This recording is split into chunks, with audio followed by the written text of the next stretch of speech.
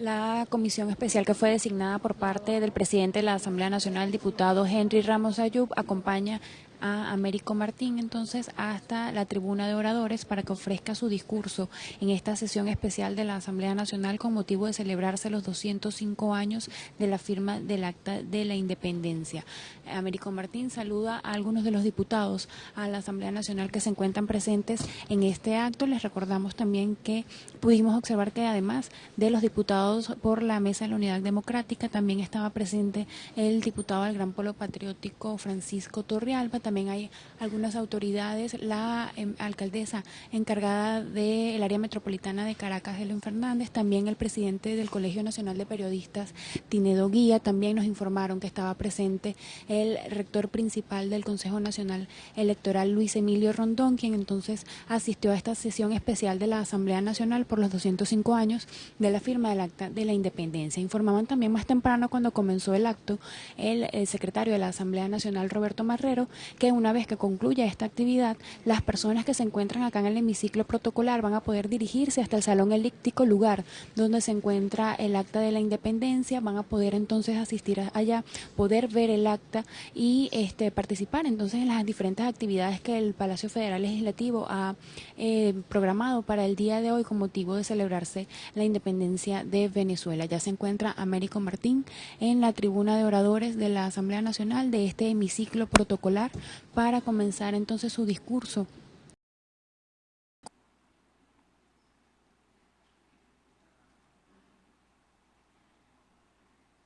Ciudadano presidente de la Asamblea Nacional, ciudadano primer vicepresidente de la Asamblea Nacional,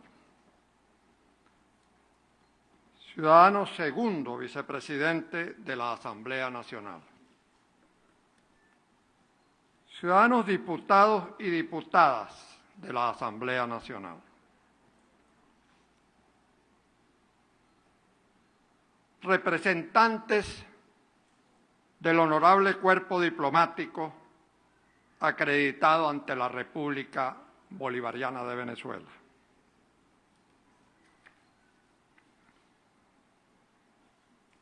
distinguida señora Diana D'Agostino, representantes de las diferentes academias nacionales, distinguidas señoras que se encuentran en el palco de honor, entre ellas mi gran amiga Mixi Capriles.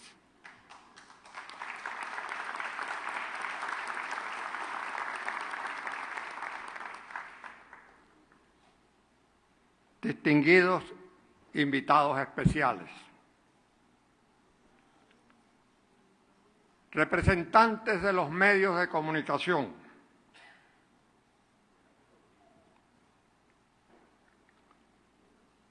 debo hablar hoy ante una audiencia especialmente selecta y respetable de la fecha fundacional de la República de Venezuela. Es un honor que agradezco a la Asamblea Nacional y desde luego a su directiva, encabezada por mi muy apreciado y valiente amigo Henry Ramos.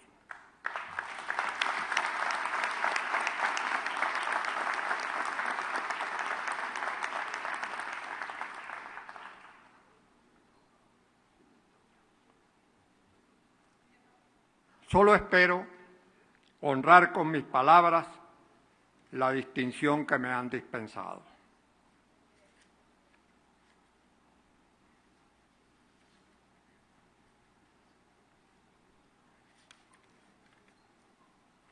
Y no honrar el desorden de mi discurso que me han entregado.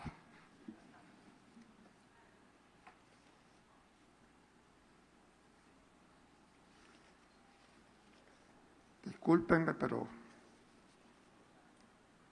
estamos en Venezuela.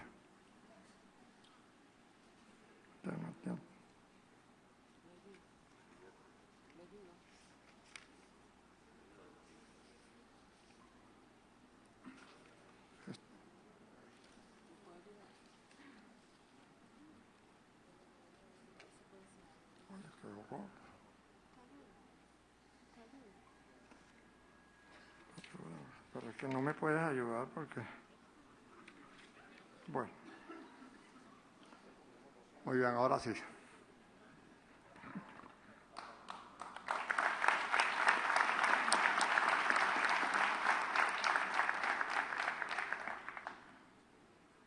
Mencioné República de Venezuela para resaltar un primer hecho singular. La independencia estuvo asociada a la condición republicana, no monárquica, al igual que las naciones hermanas de la vasta extensión hispanoamericana. Una sola excepción, breve por lo demás, la ofreció México con el imperio de Agustín Iturbide. Agustín I se hacía llamar, era latinoamericano, no lo olviden. Pero la gran nación azteca se conectó más profundamente con las luchas de Hidalgo y Morelos y las del indio zacateca, Benito Juárez, y las tradujo a la condición republicana que desde siempre ostenta.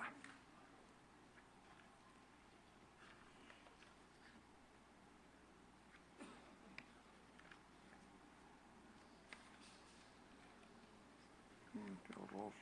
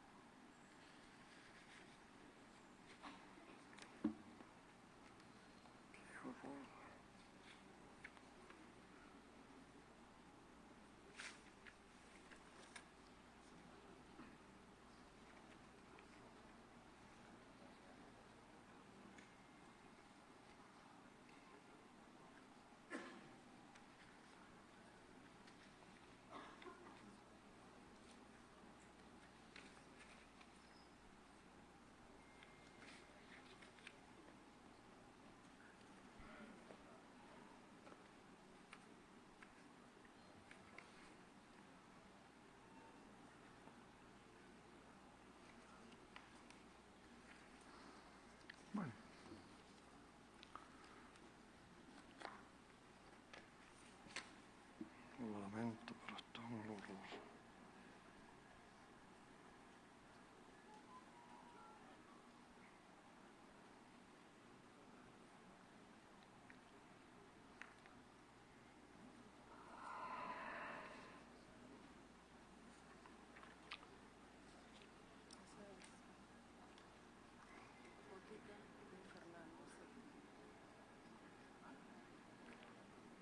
Decir república significó también reconocer su carácter democrático.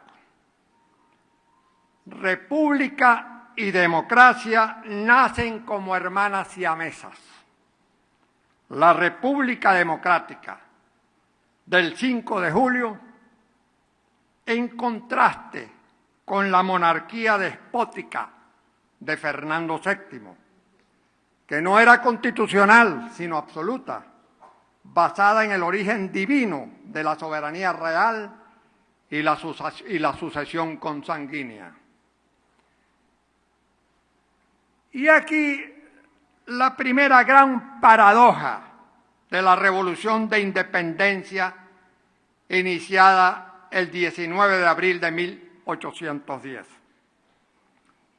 Un dispositivo lanzado a alcanzar mayor autonomía de la Capitanía General de Venezuela, pero según proclamó, para la mejor defensa de un monarca absoluto.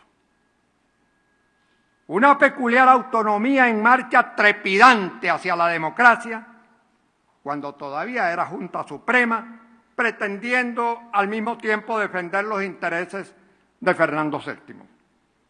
La autonomía hacia la independencia y hacia la democracia, presuntamente con el fin de defender el despotismo de un rey absoluto.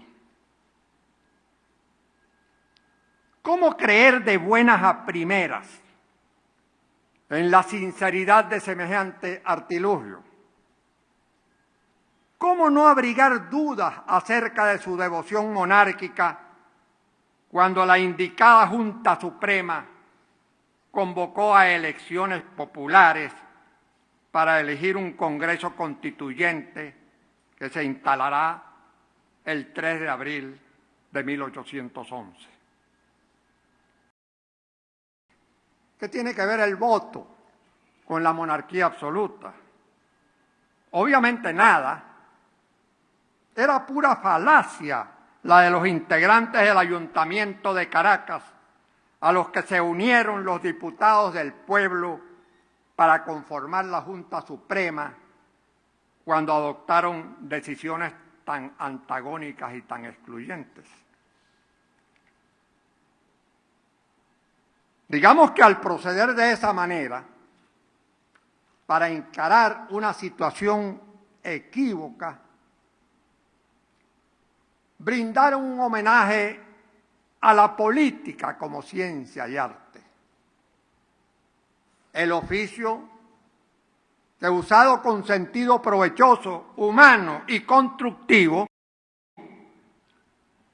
puede ser la principal palanca del progreso de la humanidad. Pues bien, la ambigüedad de la Junta Suprema no se limitó a esos actos.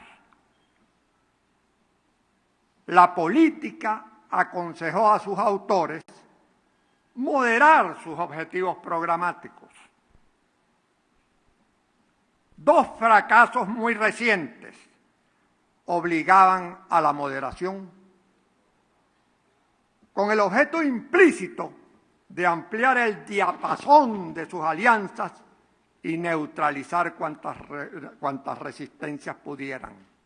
El maximalismo de las experiencias anteriores hizo exactamente el fenómeno contrario. Se buscó la independencia de una vez cuando no había condiciones y fuerzas suficientes para alcanzarlo. Y se predicó un objetivo radical, utópico e inalcanzable. Cuando se va a la Junta Suprema se procede de otra manera, tomando en cuenta políticamente el fracaso de ambas experiencias.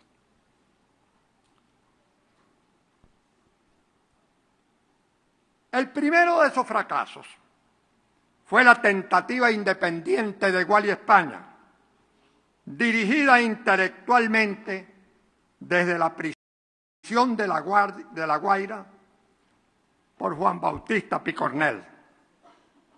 El segundo, ya lo sabemos, los fracasados y lamentablemente fracasados desembarcos del precursor Miranda. El maximalismo programático, el afán de ir directamente a los objetivos últimos sin vencer etapas, limitó el potencial de alianzas de esos ensayos, condenándolos a la derrota. Don Pedro Grases, un brillante filólogo español e historiador consecuencial, nos enseñó a los venezolanos a conocernos mejor. Y por eso, aparte de su nacionalidad de origen, fue uno de los venezolanos más ilustres. Descubrió Grases que casi todos los documentos de la conspiración de Gualí España fueron redactados por Juan Bautista Picornell, por la vía de análisis filológico. Picornell, el conspirador de San Blas en España, preso en La Guaira en tránsito hacia otros recintos carcelarios. Picornell era el típico hispano enfático. De esa estirpe son, para bien y para mal, y han sido muchos latinoamericanos y caribeños, bien intencionados y probablemente muy valientes, pero no pocos enclaustrados en los límites de la utopía. La utopía, una de cuyas acepciones es lo que no existe. Se puede luchar muy bien por una utopía, pero se sabrá que se está luchando por lo que no existe. Por cierto,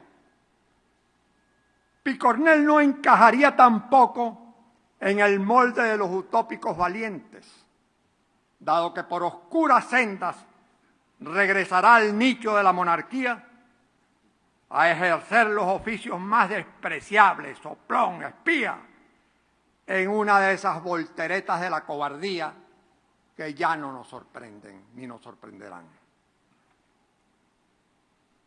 Influido por la Revolución Francesa de 1789, era tenido por peligroso radical, antimonárquico y probablemente ateo.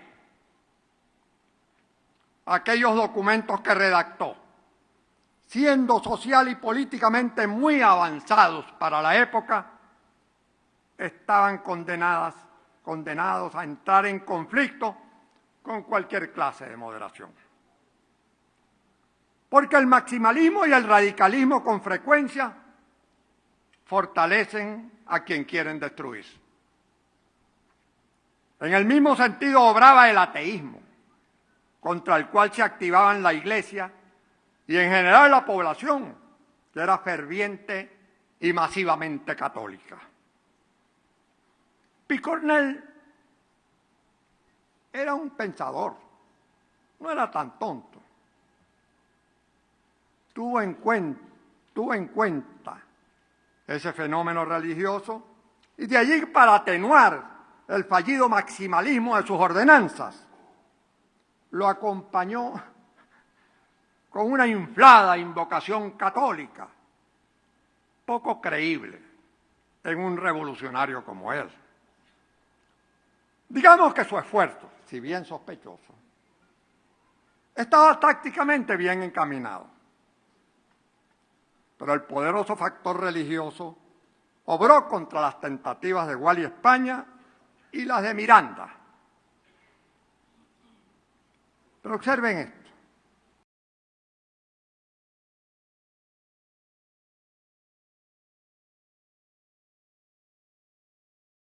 Ya veremos por qué no lo hizo contra la Junta Suprema Conservadora de los Derechos de Fernando VII y tampoco contra la República Independiente que nacerá el 5 de julio de 1811. Los blancos criollos, ya muy influyentes en el ayuntamiento caraqueño, condenaron la insurrección de Gual y España y después las invasiones de Miranda, en quien, sin embargo, no esculcaron programas claros. Conocían su trayectoria brillante e incansable y particularmente su protagonismo en la inquietante Revolución Francesa. Ellos no estarían al tanto de que Miranda no era tan feroz como lo pintaban, no era amigo de los radicales jacobinos, sino más bien cercano a los moderados girondinos. Pero esas sutilezas no eran tan importantes como la robusta figura del precursor Miranda. Por eso fue aislado por varios líderes criollos exaltados al poder el 19 de abril de 1810 y a su regreso al país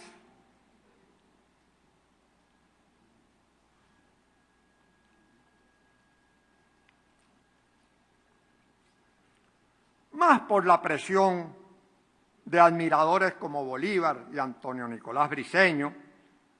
Fue admitido, sí, pero con reservas, incluso cuando más tarde se sintieran obligados por la mala suerte de la guerra a nombrarlo dictador comisorio.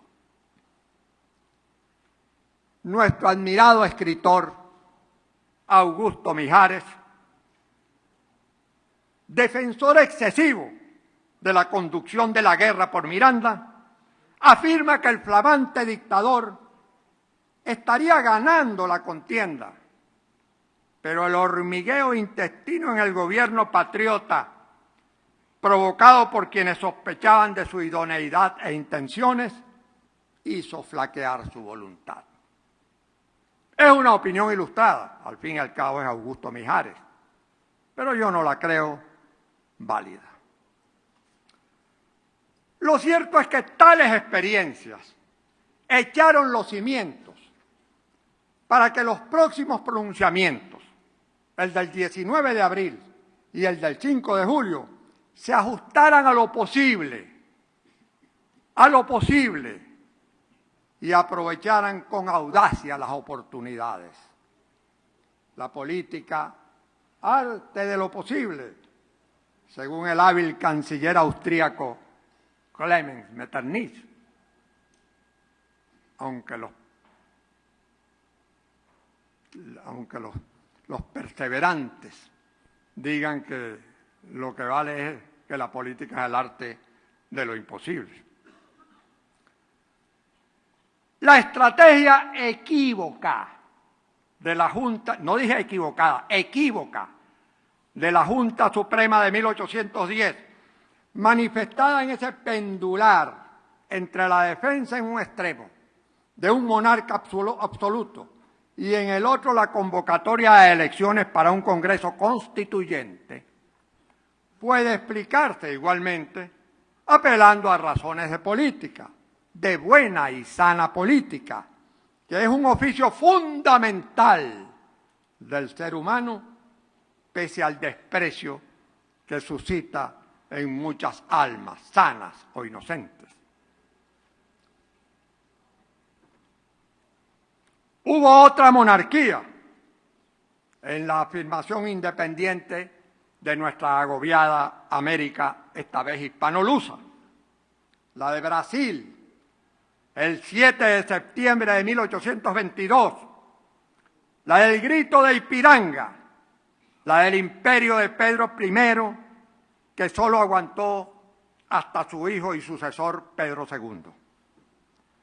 A diferencia de Iturbide, Pedro I fue un mandatario sobresaliente.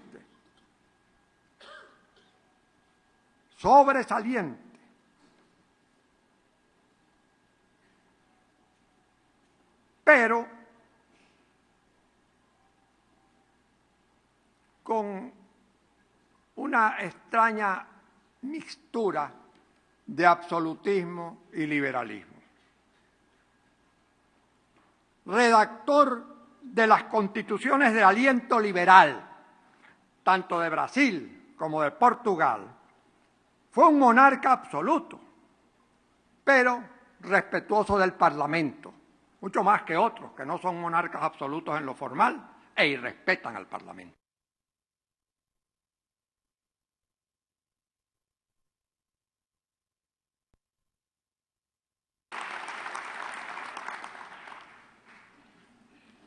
Un personaje brillante y plural, hasta en sus prolíficas relaciones personales y familiares. Recibieron los dos Pedro influencia masónica, en tiempos en que la masonería acompañaba la lucha contra la monarquía absoluta en Europa y América. Pero no hay que exagerar. Es verdad que nuestro gran precursor Francisco de Miranda y líderes notables como José de San Martín se afiliaron a la masonería. Pero cuando menos yo tengo la impresión, en el contexto del conocimiento de su historia, de que Miranda lo hizo solo para aprovechar sus redes y mecanismos de comunicación rápida en un mundo que no conocía de satélites y celulares para recuperar en forma instantánea la verdad, como por cierto parecen ignorarlo varios árbitros electorales de nuestra abrumada Venezuela. Pero sigamos con las paradojas. Brasil, que había logrado una independencia más o menos incruenta, pasó del imperio a la república y en 1924 los mariscales Diodoro da Fonseca y Florencio Peixoto dieron un golpe de Estado. Los golpistas siempre son así, invocan grandes causas. ¿Y qué invocaron estos dos mariscales? La causa republicana. Establecieron la república contra el imperio. Un imperio, ya lo he dicho, liberal, culto. No era deseable, por supuesto, pero liberal, culto, respetuoso del Parlamento. E implantaron una dictadura militar.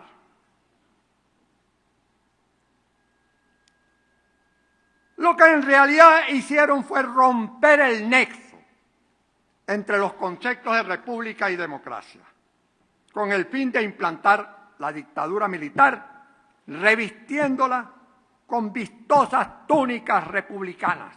No he dicho socialistas, he dicho republicanas.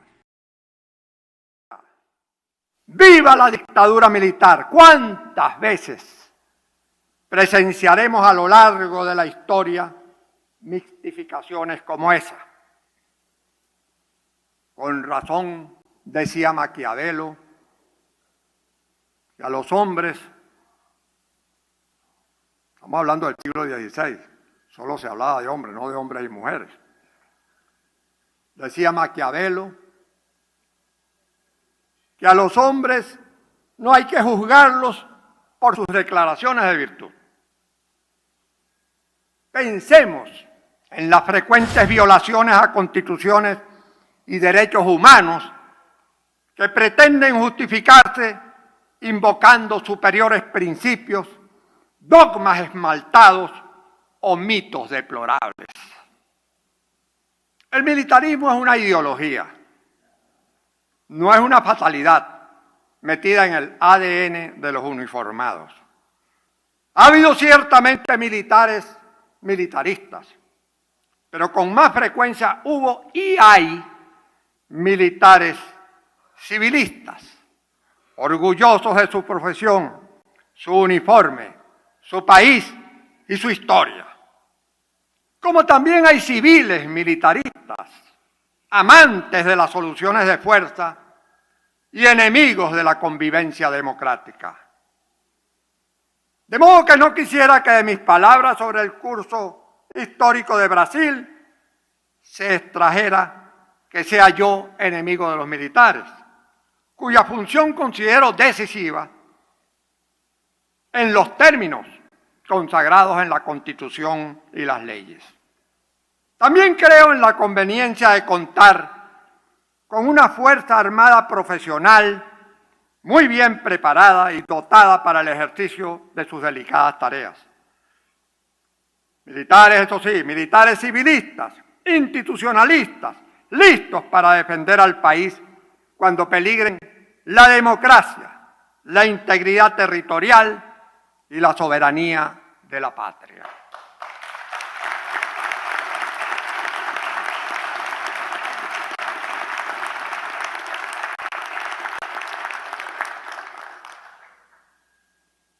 Es, por lo que a mí toca, una vieja reflexión rodeada de anécdotas, serias algunas, graciosas otras. En 1953, yo no había nacido, de viaje por Europa con mi familia, mi madre, tan preocupada por mis inclinaciones políticas amenazadas por la peligrosa dictadura del general Pérez Jiménez, no se percató que por el placer materno de ver a su hijo hablando con una eminencia reconocida, incurrió en una contradicción emocional al llevarme a visitar en Madrid a don Mario Briceño Iragorri, exiliado por tenaz enemigo de la dictadura y gran personaje de nuestra literatura y nuestra historia. Tenía yo 15 años y militaba clandestinamente en la acosada Acción Democrática.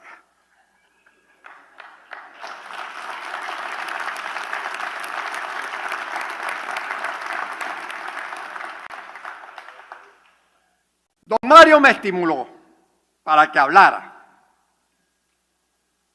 y con la arrogancia de la edad, como queriendo igualarme a un personaje al que admiraba extremadamente, le presenté el informe de rotundidades que podía esperarse de un muchacho exaltado. Don Mario, sin embargo, emocionado por imaginarme parte de una generación de relevo en el infierno de la dictadura, me preguntó: muy bien, ¿y qué crees que debemos hacer? Eliminar al ejército, contesté sin vacilar. Sería un error y una injusticia, devolvió don Mario. Es una profesión digna y sacrificada. Además, sin Fuerzas Armadas tendríamos que poner la defensa en manos de otros, lo cual no es nada conveniente, se lo aseguro. Entonces hay que ayudar a resguardar la conciencia institucional y democrática de nuestros militares en esta hora de sumisiones dictatoriales. Acoté, si no exactamente con tales palabras, con otras del mismo significado.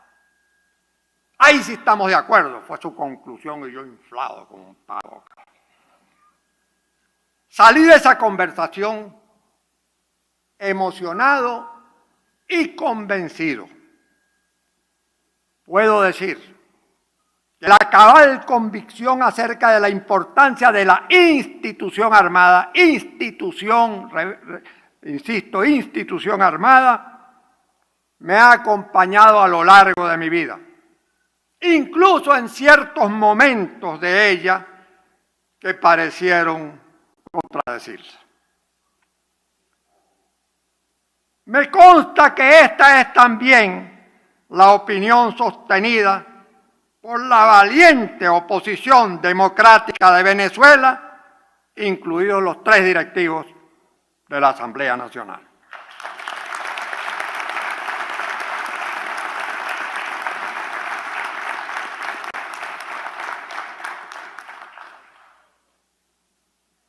El proceso abierto en Venezuela el 19 de abril de 1810 alcanzó su plenitud con la independencia proclamada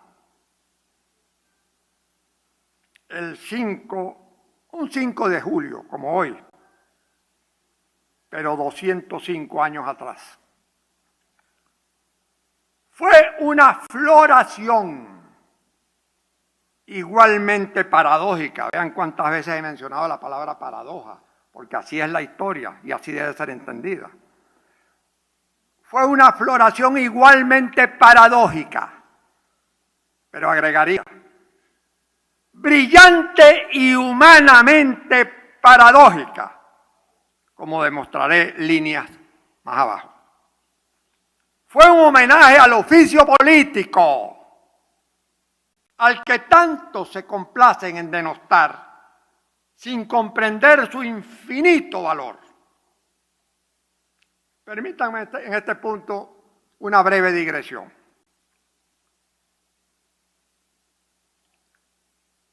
En 1922, don José Ortega y Gasset se preguntaba, él decía que no era político, ustedes deben sospechar de todo el que diga que no es político, ese es el primer político que hay, pero él decía que él no era político, y sin embargo, muy políticamente decía, se preguntaba, ¿por qué los políticos tenían tan mala prensa, siendo tan esencial su labor?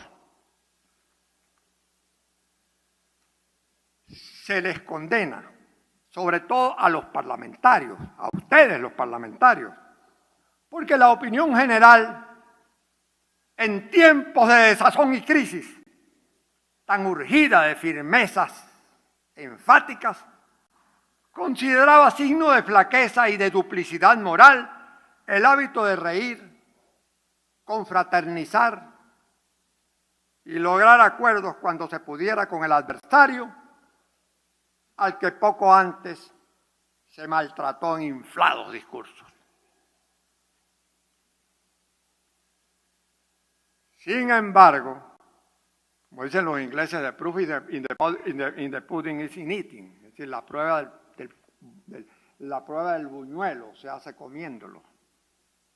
Por eso digo, sin embargo, la historia universal se levanta para demostrar que mucho más debe la humanidad a afortunadas negociaciones pacíficas entre adversarios que a las imposiciones unilaterales dictadas por la egolatría y la autocracia.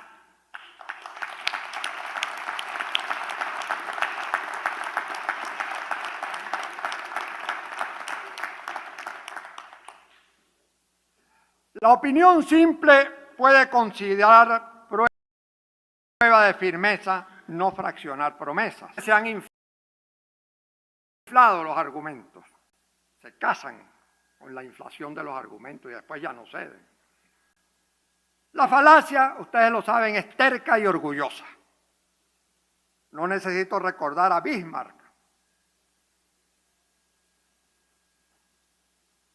para quien nunca se mentía y exageraba tanto como durante la cacería, cuando se va de pesca y cuando se va a las elecciones. Más allá de la vanidad personal o el interés de una bandera, o peor, de un mito cuyo desatino haya sido probado miles de veces, dialogar en busca de grandes acuerdos sin dejación de principios, puede ser la salvación de la humanidad o de un país o de objetivos muy elevados. La flexibilidad política es infinitamente mejor que la intransigencia. Quien dialoga en serio, quien dialoga pero en serio, no estoy hablando de diálogos en sirio, sino en serio,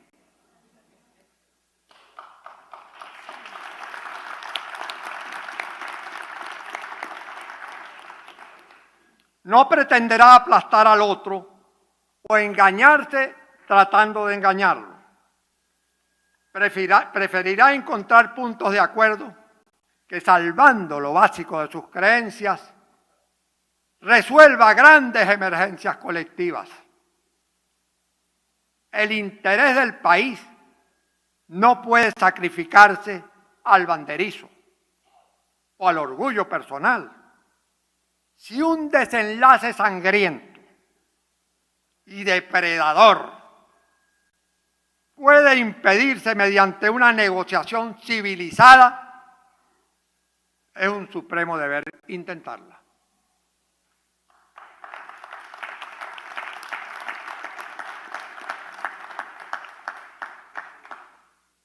No sería tan banal incluso, depende del temperamento por supuesto, adornarla con expresiones amistosas, aunque por supuesto sean esas expresiones prescindibles, no son fundamentales, podrían ayudar a sellar un notable acuerdo con cementos emocionales. Las sonrisas, por insinceras que sean o lo parezcan, ayudan más que los gritos y amenazas. Se ha dicho no sin buenas razones que no todos los autores del 19 de abril aspiraban a la independencia. Fue verdad. La mayoría guardaba reservas, esperaba a ver cómo soplaban los vientos. Algunos eran monárquicos. Monárquicos figuraron en la Junta Conservadora de los derechos de aquel truán llamado Fernando VII. Recuérdese que a la cabeza formal de la Junta pusieron con su propio asentimiento a Vicente Emparán, quien poco después, claro, renunciaría a aquel mando imposible. con una iniciativa tan aparentemente insólita como aquella, el brillante liderazgo civil buscaba y logró silenciar baterías contra su decisión de acceder al poder. Las concesiones para acceder al poder. Algunos no quieren hacer ni la mínima concesión y nunca accederán al poder. Mientras menos enemigos, mejor. Mientras más amigos, mejor. Por supuesto, era un ganar aire, espacio y tiempo para consolidarla. Prueba de buena y versátil dirección. No obstante, lo ocurrido en el Cabildo no fue una operación limitada a alcanzar mayor autonomía frente al Consejo de Regencia Peninsular. Se encargó de demostrarlo, ya lo he dicho, la mencionada elección del Congreso Constituyente.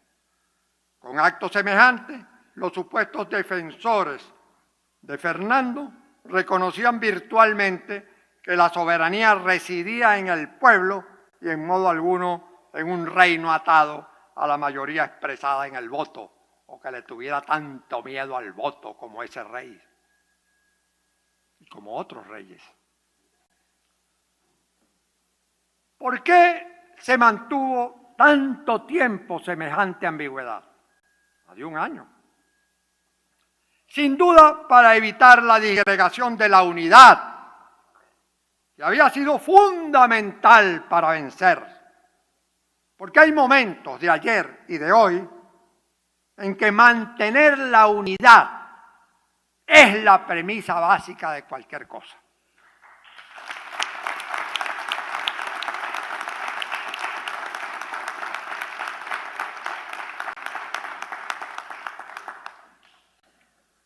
Por supuesto, aquel garabato conceptual, una junta que adoraba a un monarca y también al voto popular que lo rechazaba, fue cada vez más insostenible.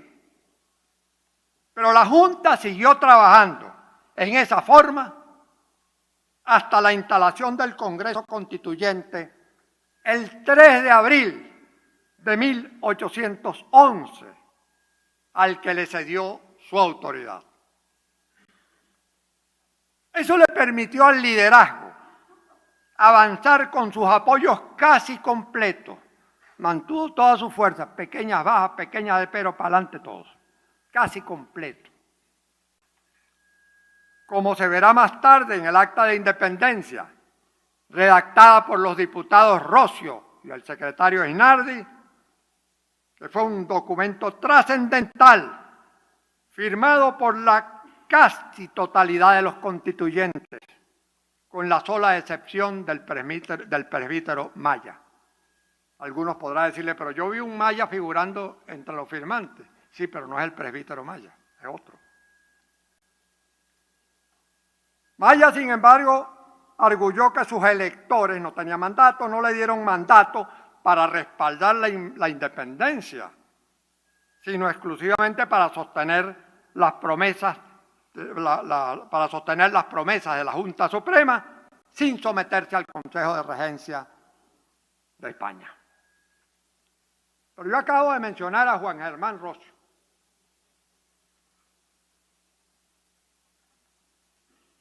No era blanco criollo, era hijo de mestiza. Puede uno anticipar que no hubiera resistido una rigurosa prueba de pureza de sangre.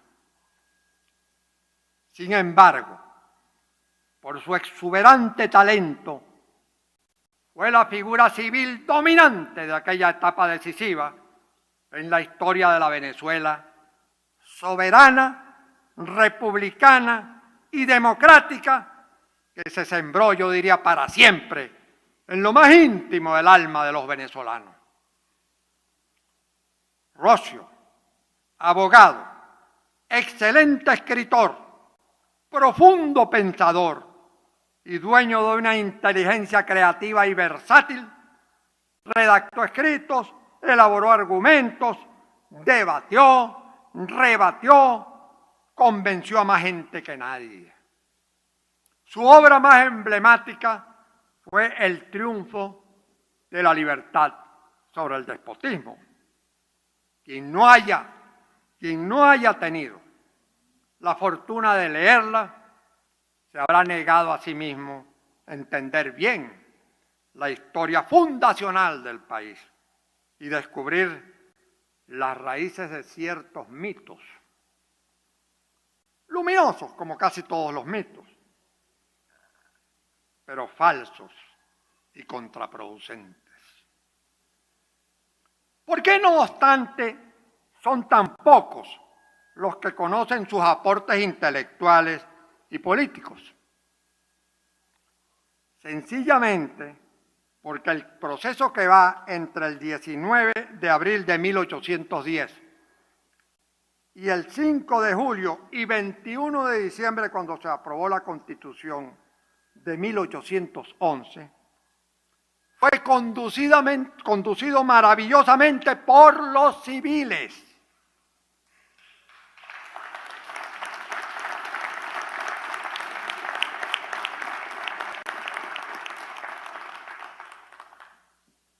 Y resulta que la historia de Venezuela ha sido narrada en clave militar.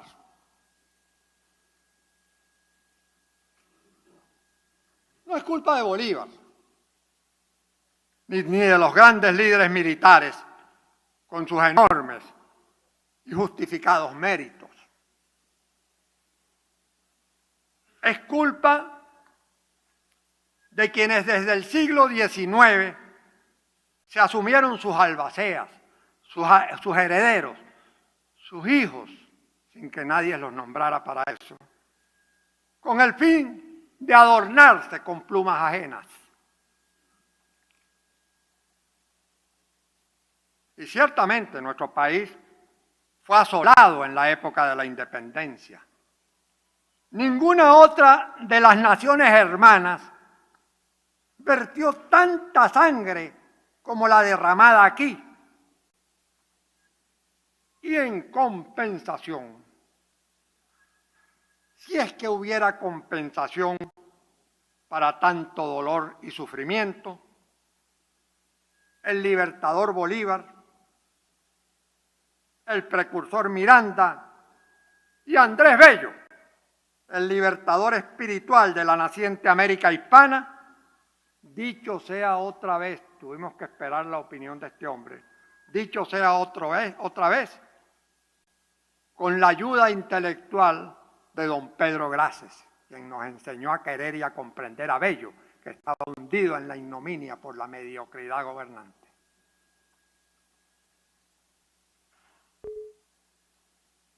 Bello, por cierto, fue despreciado durante muchos años, probablemente por no haber participado en los hechos de guerra ni aparecer en la contabilidad de las batallas y victorias registradas. Es la visión maniquea que, en lugar de reconocer cuando los haya méritos de unos y otros, sobrepone generales a civiles, aun cuando fueran de la talla de don Andrés Bello. Sin el genio estratégico de Bolívar, la emancipación americana tal vez se habría aplazado por tiempo indefinido. Pero sin la codificación, la gramática y la enorme obra que hizo Andrés Bello, América sería distinta y seguramente nada mejor que ahora. En Chile, donde lo amaron desde el principio, decían que don Andrés Bello nos enseñó a hablar. Evoco a Roscio para presentar ahora otra de las grandes lecciones tácticas y políticas que aquel procerato civil que con tanto talento dirigió a la trémula Venezuela en su proceso de gestación, bueno, produjo esos resultados. La línea oficial de la Iglesia fluía con la corriente monárquica, puesto que a las católicas majestades se les había encomendado educar en el cristianismo a las Indias occidentales, y dada la devoción religiosa de la gran reina castellana, la evangelización se cumplió en apenas 50 años. Es un tributo a la eficacia, no solo de aquellos monarcas, sino a la eficacia de los españoles cuando se lanzan a conquistar cimas y cumbres.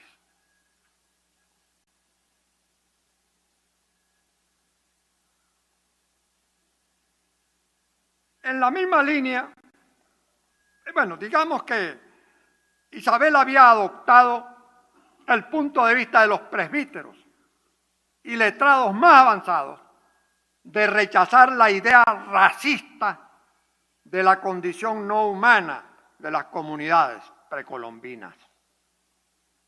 En la misma línea, el esfuerzo de los misioneros fue increíble. Es verdad que ante el empuje de la religión católica cierto sincretismo religioso fue inevitable. Pero la Iglesia, en términos prácticos, fue una fortaleza moral indispensable para la corona española y la corona española para la Iglesia. El viraje eclesiástico hacia la independencia de Venezuela se lo debemos en parte a varios de los líderes de la revolución desatada el 19 de abril y especialmente a uno de ellos, Juan Germán Rocio, el más inteligente, culto y pertinente. No es tontería el viraje de la posición de la Iglesia hacia la independencia. Ese es un logro que no se consiguió con balas ni con botas. Ese es un logro que se consiguió con talento, con ejercicio de la democracia.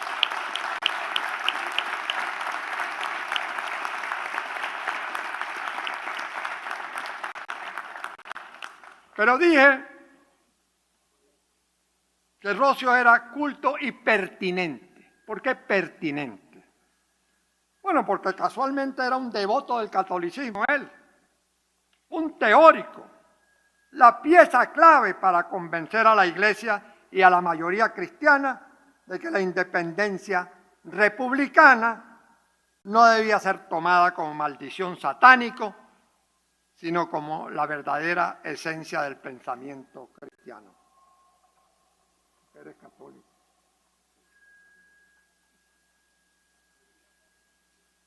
Dios no podía estar a favor de un régimen absolutista, un sistema hierático y de vocero único e incontrovertible, una sola opinión, incapaz de aceptar el pluralismo y la variedad del pensamiento. Una opinión que le tenía miedo al voto. Era incomprensible que en su perfección Dios rechazara un sistema humano como el democrático y optara por la inhumanidad del despotismo. Menuda tarea cumplió Rocio allí. Fue una evolución en su propio pensamiento, en el pensamiento íntimo de Rocio, quien para combatir a Miranda había atacado su persistente lucha contra la monarquía y presunta lucha contra la religión. El caso es que si bien antes condenaba, ahora rectificaba para defender ahora a los luchadores de la independencia, la república y la democracia. ¡Qué afortunado viraje! Con razón se dirá que rectificar, yo lo digo, es de sabios.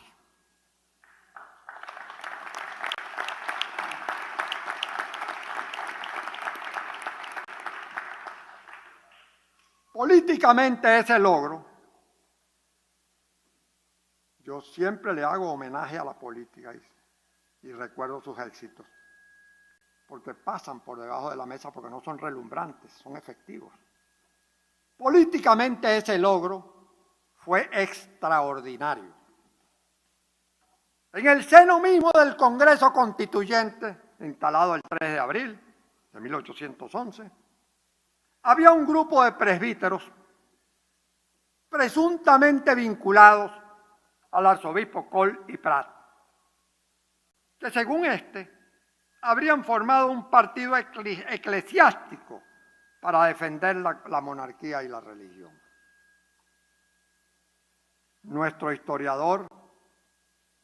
joven historiador, Guillermo Tela Veledo, lo pone en duda, y con razón.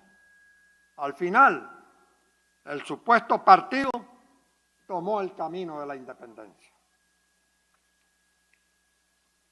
Esto dejó una tradición y una marca. No prosperará en Venezuela la tesis de las dos iglesias, la de los ricos enfrentada a la de los pobres, tal como se intentó fallidamente en Cuba y corrió fugazmente por otras partes de América, al calor de la teología de la liberación. Lo que en cambio tenemos a la vista es el robusto papel de la Iglesia venezolana en la defensa de la democracia y su compromiso con los sectores sociales de la vida.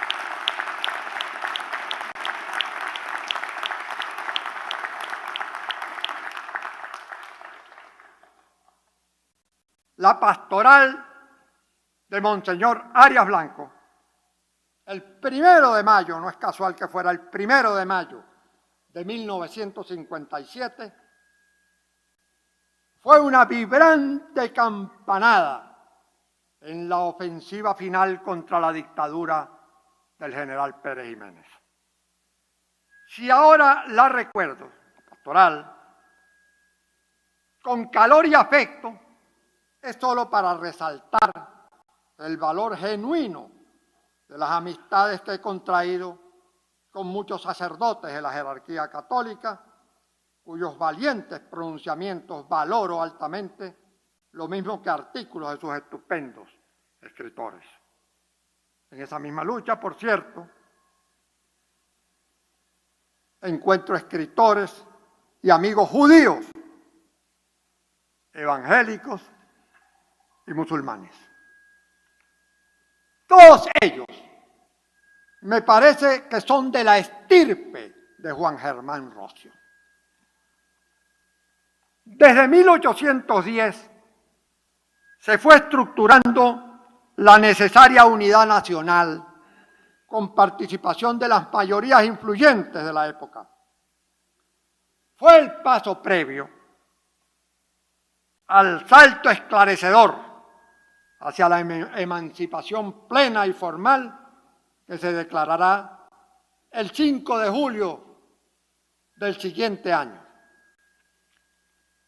7 provincias, hicieron acto de presencia y suscribieron el acta de independencia. Margarita, Cumaná, Barcelona, Mérida, Trujillo, Barinas y Caracas. De allí que sean 7 las estrellas incorporadas en la franja azul de la bandera.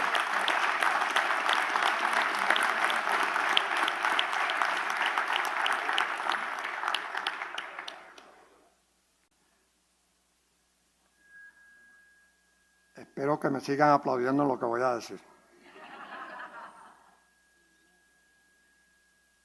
En el mandato del presidente Chávez se incorporó una más. En representación de Guayana, granero de la independencia desde 1818 y sede del Congreso de Angostura, donde se aprobó la creación de Colombia, la llamada Gran Colombia, que será institucionalmente completada en el Congreso de Cali de 1821. Se ha criticado la presunta injusticia de la octava estrella. Si el criterio para decidir la incorporación es la importancia que cobren en lo sucesivo los estados, ¿por qué no otorgar, por ejemplo, la 9ª estrella al Zulia?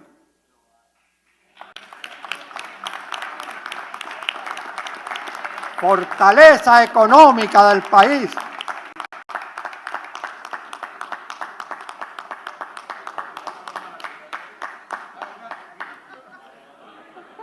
Pero como esto nos conduciría a multiplicar con la bandera con las estrellas, probablemente consideraciones prácticas recomendarían regresar al hecho incontrovertible de que fueron 7 las firmantes del acta fundacional y no 8 ni 9.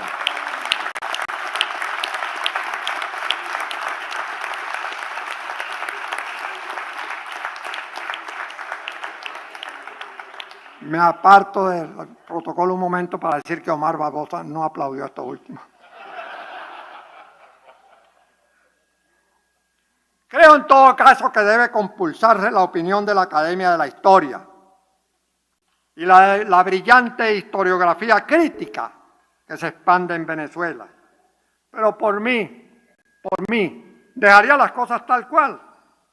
Demasiados debates sustanciales esperan para que pueda alcanzarse la reunificación de los venezolanos y levantar al país entre todos desde el fondo de tinieblas en que se encuentra.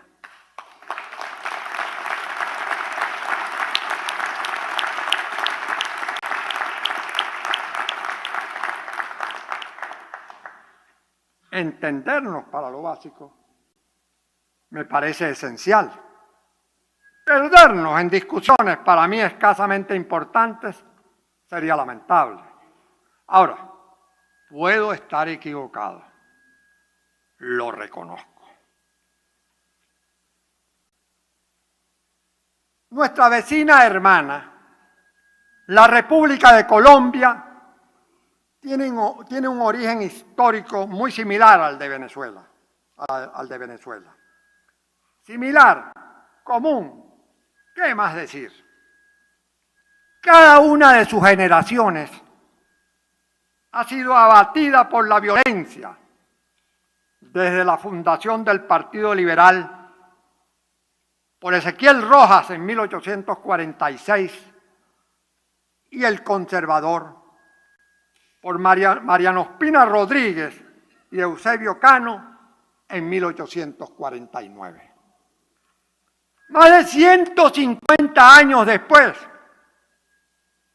siguen ahí, visibles, aunque otros partidos, nuevos partidos se hayan abierto legítimos espacios. En tanto que sus émulos venezolanos hace tiempo se esfumaron. Desde 1854, aproximadamente diría, el Partido Conservador. Y en 1899, sin duda, el Partido Liberal Amarillo. Antonio Guzmán Blanco, brillante, prepotente y jactancioso, había jurado que haría desaparecer a los conservadores hasta sus últimas generaciones. Y resulta que finalmente Cipriano Castro y Juan Vicente Gómez aniquilaron todas las generaciones sucesivas del Partido Liberal, estando por comenzar la agonía del siglo XX. En Colombia siempre hubo elecciones, pese a los avatares de la guerra.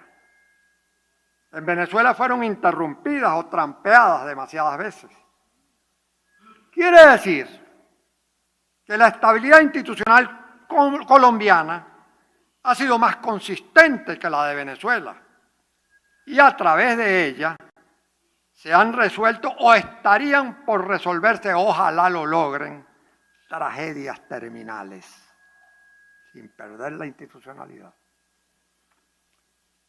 Pregunto, ¿Por qué diablos en Colombia pueden negociar enemigos sumergidos en una guerra satánica de 52 años y en Venezuela, con pretextos banales, se desalientan negociaciones en busca de eventuales acuerdos?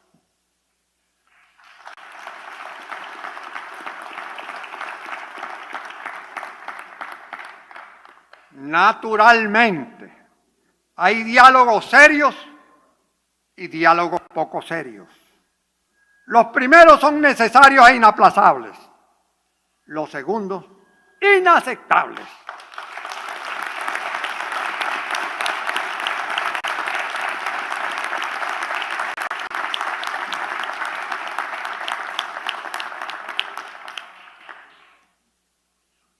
El revocatorio es innegociable.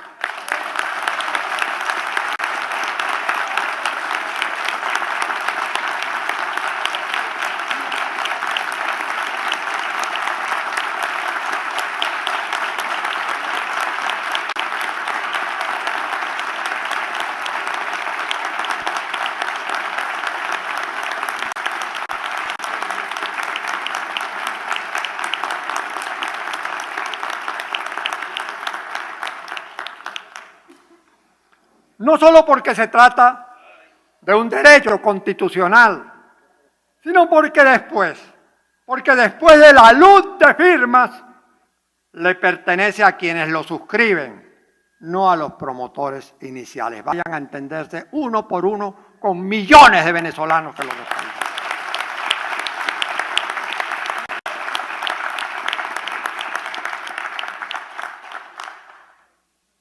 Pero no hay razón para eludir un diálogo con la vista puesta en el destino de Venezuela.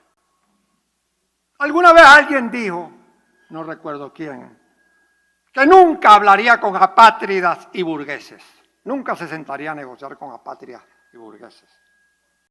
Algo parecido y con mayor probidad pudieron haber alegado la República Popular China y Estados Unidos. Antes de dar el sorprendente paso de reunirse con Nixon, Mao creía inevitable la Tercera Guerra Mundial y proclamaba que el imperialismo y todos los reaccionarios eran tigres de papel, poderosos ahora, de musculatura postiza a la larga. ¿No es cierto? Khrushchev, que no le faltaba gracia, le dijo, sí, tigres de papel, pero con dientes nucleares. Preparaba Mao a su gran país para el delirio de una guerra con Estados Unidos. No obstante, la realidad, la sagrada realidad, la bendita política, lo sentó a hablar cordialmente con Nixon, ¿no es así? Timoteo. A quien, como bien se sabe, calificaba como el peor enemigo de la humanidad. Por su parte, Estados Unidos llamaba imperio del mal a China y la Unión Soviética. Y sin embargo, para bien de la humanidad, los feroces enemigos lograron notables acuerdos que alejaron el peligro de la guerra nuclear, semejante logro. Restablecieron relaciones diplomáticas y ampliaron las comerciales, lo que en conjunto ayudará a ese pequeño gigante que fue Deng Xiaoping y su compañero Zhu Rongji a transformar la economía china en una pujante sociedad de mercado. Me gusta hablar con la derecha, soltó de improviso el anciano líder. Con ella me entiendo mejor que con la izquierda, tan paralizada por dogmas y frases rotundas. Nixon se limitó a sonreír, frotándose las manos, de pensar cómo usaría a Mao Zedong contra los irritantes periodistas liberales que lo tenían hasta la coronilla y no lo dejaban descansar en su país. Derecha, izquierda, conceptos multiuso, de equívoco significado en nuestros días. En sentido orgánico, la Constitución venezolana, aprobada el 21 de diciembre de 1811, estuvo muy influida por la dictada en Estados Unidos en 1787. Pero en la parte dogmática, principios, aspiraciones, recibiría la influencia del siglo de las luces y de la Revolución Francesa, sin olvidar el efecto causado por la impactante declaración de independencia de los 3 estados de la Unión, emitida en Filadelfia en 1776. Cuando en 1791 se incorporaron las 10 primeras enmiendas a la Carta Magna del Norte, se reunieron las influencias principales aprovechadas por los patriotas venezolanos que con tremendo esfuerzo intelectual institucionalizaron la hermosa promesa resumida en el acta del 5 de julio, que aquí tuvimos el enorme placer de escuchar otra vez. Nacía pues una república, ese es el mandato de la historia, democrática, descentralizada y con separación, autonomía e independencia de poderes.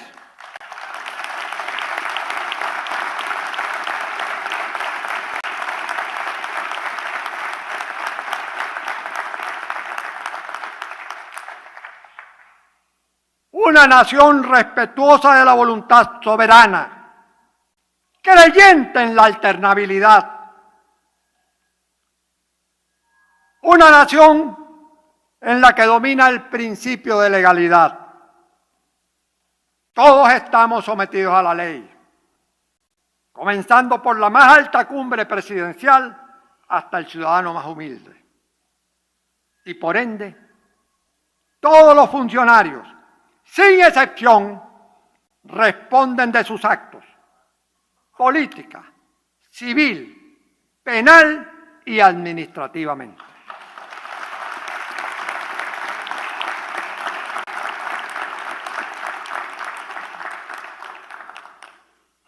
Son las reglas democráticas.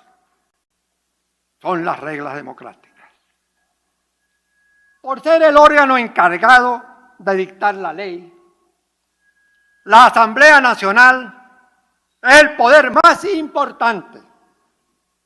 Abolirla, menoscabar sus atribuciones, arrebatarle competencias constitucionales o desconocer sus actos privativos son delitos por los que debe responderse.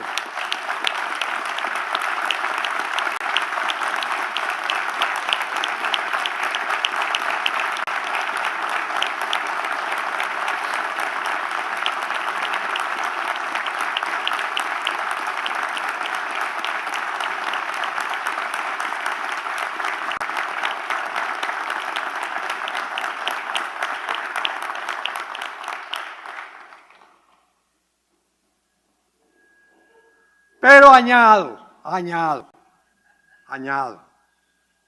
el diálogo y la negociación sirven también para evitar que la sangre llegue al río y que las rectificaciones del poder transcurran en forma pacífica, constructiva y ojalá, aunque sería mucho pedir, amable.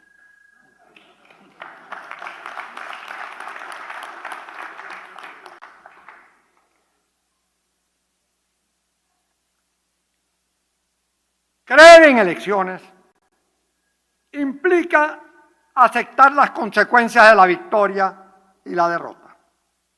Las garantías democráticas, que pueden ser reafirmadas mediante fecundas conversaciones, impedirán que las adversidades se conviertan en tragedias para vencidos y vencedores. Las caídas electorales no pocas veces han sido pedagógicas en procesos democráticos regulares.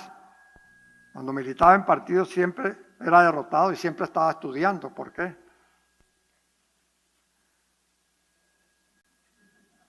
No es Acción Democrática que las ganaba todas, ¿no? Tras análisis bien fundados, los que pierdan pueden aprovechar para rectificar y prepararse mejor, aprender de la experiencia y conservar siempre abierta la opción de regresar. Cuando se alega que, dada la profunda crisis de Venezuela, deben trasladarse las decisiones al pueblo mismo y, en el caso presente, confiarles el referéndum revocatorio, no se está condenando a nadie al ostracismo y a la persecución, sino cumpliendo con las normas constitucionales que finalmente sirven a todos. Cualquier otra fórmula pudo ser seleccionada. El caso es que el país, no me pregunten por qué, parece haberse casado con el revocatorio. Es ahora una causa popular y como tal ha de respetarse, no obstaculizarse. Una imprudencia al respecto podría desencadenar tormentas que sería absurdo desestimar. La tragedia social de Venezuela reclama cambios inmediatos. En materia de alimentación y salud es sencillamente imposible postergarlos. Las cifras de muertes infantiles por hambre estremecen la conciencia. Se supura violencia por los poros. Se trata de impedir reacciones volcánicas originadas en estas carencias. Es un mandato para los venezolanos, sin distingos ideológicos, que pueden cumplir conjugando fuerzas sin perjuicio de sus diferencias. Por lo demás, ¿acaso decisiones como la libertad de los presos políticos,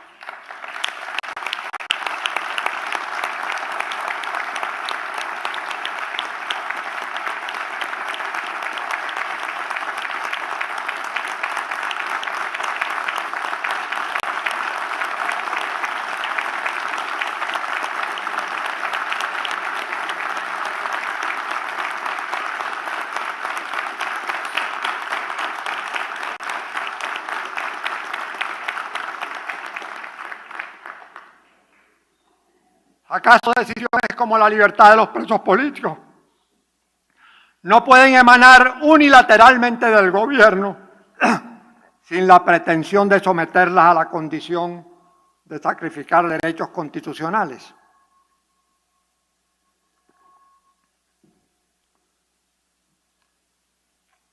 Las opciones son sencillas: acatar la ley de amnistía o adelantarse a sus efectos abriendo ejecutivamente las cárceles.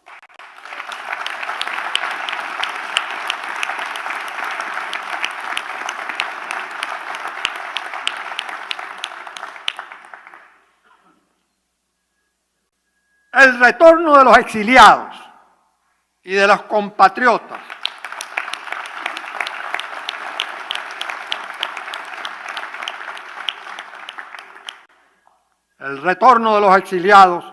y de los compatriotas que por distintos motivos han emigrado no ayudaría a descongestionar el saturado ambiente nacional. No ofrecerían estas decisiones una excelente señal a la preocupada opinión nacional e internacional. Como nunca en nuestra historia republicana, la opinión internacional y los órganos del sistema jurídico mundial y americano se han involucrado con Venezuela.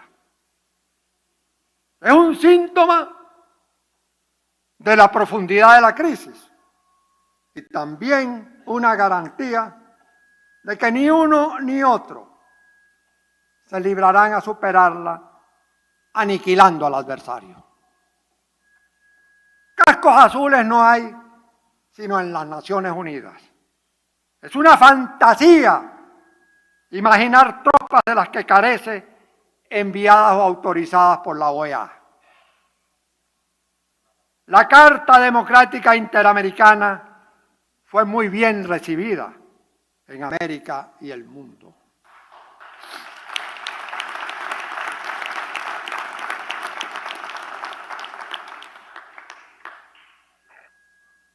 Enfatiza el diálogo. Ninguno de sus artículos contempla el uso de la violencia y de casi todo se desprende que el objetivo es restablecer la institucionalidad democrática, preferentemente, ¿no es así?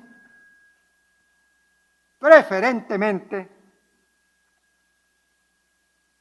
mediante mecanismos como el grupo de países amigos o las presiones diplomáticas. Por Venezuela, esto se ha olvidado casi tanto como el papel de Rocio en la independencia. Por Venezuela, el presidente firmante fue Hugo Chávez Frías. Si fuera un instrumento para someter e intervenir maliciosamente, semejantes desmanes recaerían sobre la memoria de quienes la suscribieron. Pero no hay nada que temer, la carta no es ni da para eso. Los organismos internacionales de defensa de los derechos humanos son amigos, no enemigos. El derecho internacional y el penal se han humanizado.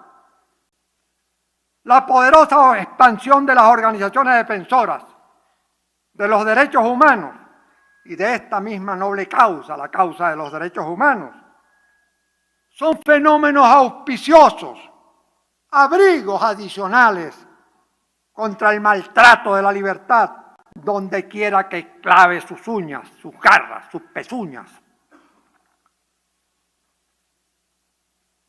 La Comisión Interamericana de Derechos Humanos ejerce un papel extraordinario en el combate contra los retrocesos regresivos y en la protección de los derechos de los ciudadanos de este hemisferio. Baste con recordar que el primero de sus presidentes fue una de las cumbres de la literatura americana, ilustre novelista y notable exmandatario, Rómulo Gallegos.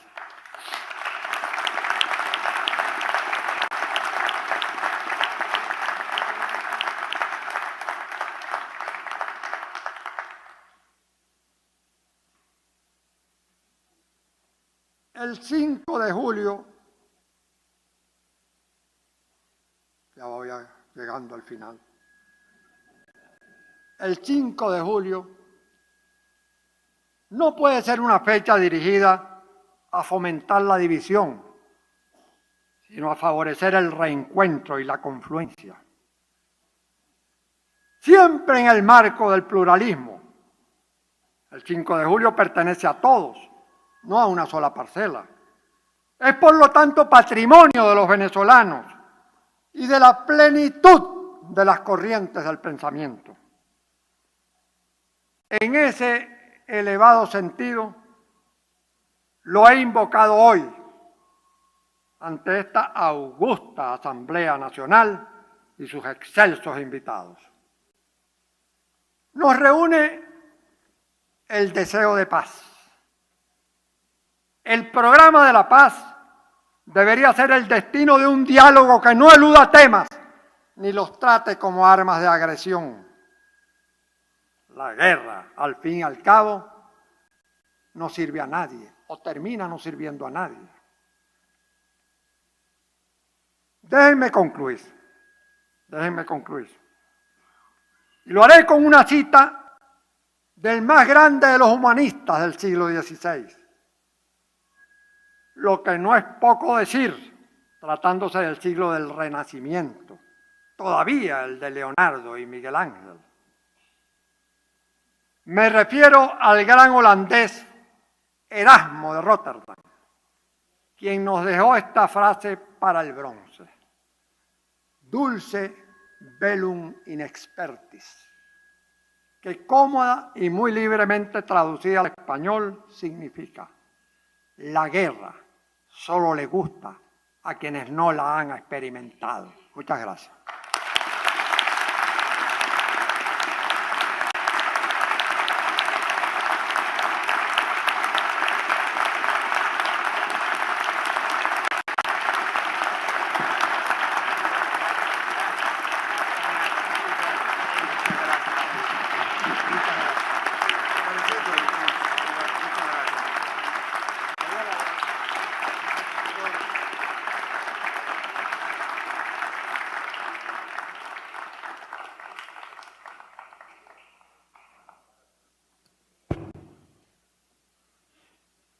Al tiempo de exhortar la comisión designada a que acompañe al orador de orden, al doctor Américo Martín, queremos saludar la presencia en este salón protocolar del rector Luis Emilio Rondón del Consejo Nacional Electoral,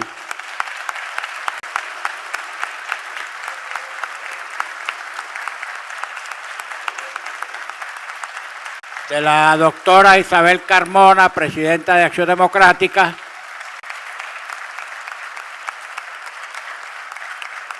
del licenciado Tinedo Guía, presidente del Colegio Nacional de Periodistas, y de nuestras estimadas amigas Michi Capriles de Ledesma y Antonieta de López, madre de Leopoldo López.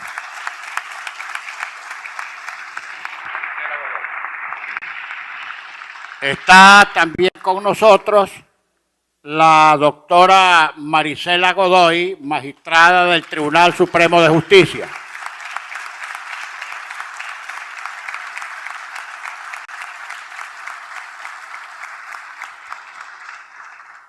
Y en lo que respecta a la brillante pieza oratoria que ha brindado en este acto civil, no a la representación nacional, sino al país, el doctor Américo Martín, la Junta Directiva, interpretando un perceptible sentimiento de la representación nacional, ordena su publicación. Ha concluido la sesión especial.